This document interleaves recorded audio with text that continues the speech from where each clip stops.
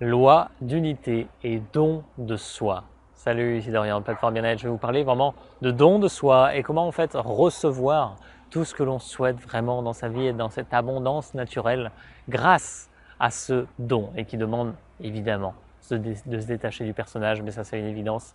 Et donc en fait je vais vous présenter deux principes qui à mon sens sont essentiels et on les comprend vraiment très mal, mais je veux juste faire un gros rappel là-dessus, une grosse piqûre de rappel pour peut-être faire tilt pour vous et que vous fassiez des ajustements dans votre vie. Donc le premier point, c'est ne fais pas aux autres ce que tu n'aimerais pas que l'on te fasse. Ça me paraît une évidence même. Et pourtant, on continue souvent à faire des choses, eh bien que si c'était nous le receveur, on ne le ferait pas. Et pourquoi on fait ça? Donc typiquement, ça va être dans notre activité professionnelle.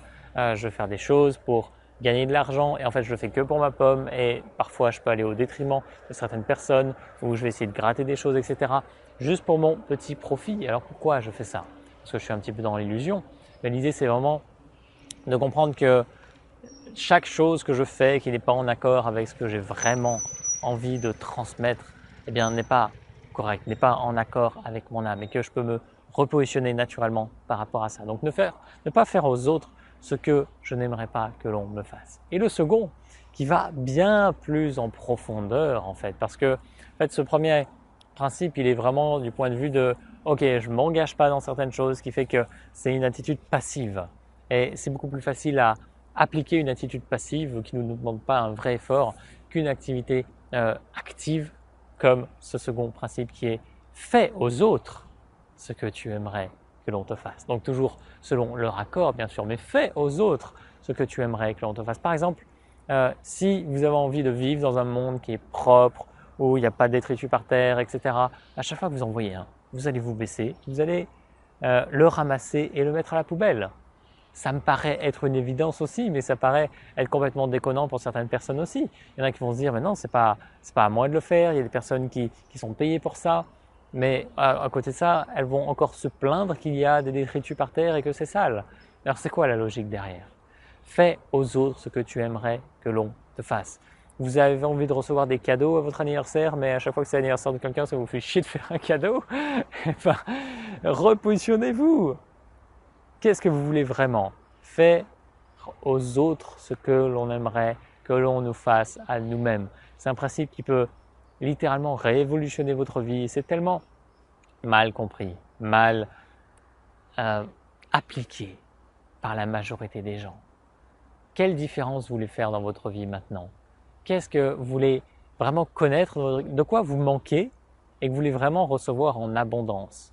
Et rendez-vous compte que cette chose-là, vous ne la donnez pas en abondance. Donc pourquoi vous la recevriez en abondance? Le monde extérieur n'est qu'un reflet de votre monde intérieur.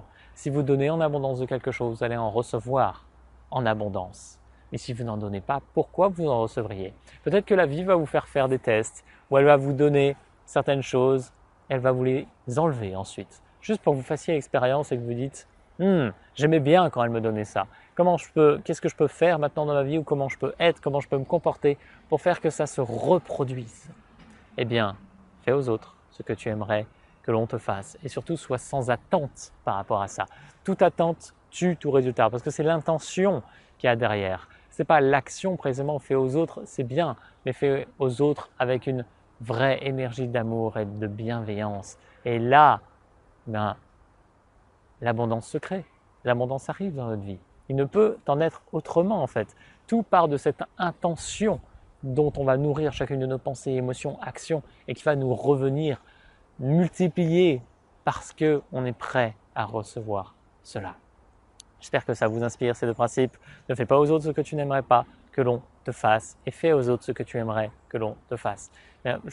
Vraiment, je vous invite même à prendre un papier, un cahier, un crayon et à noter, à répondre à ces deux questions. Et peut-être que ça peut faire des changements radicaux dans votre vie extrêmement rapidement parce que vous allez vous rendre compte que vous n'êtes pas dans la justesse par rapport à certaines choses.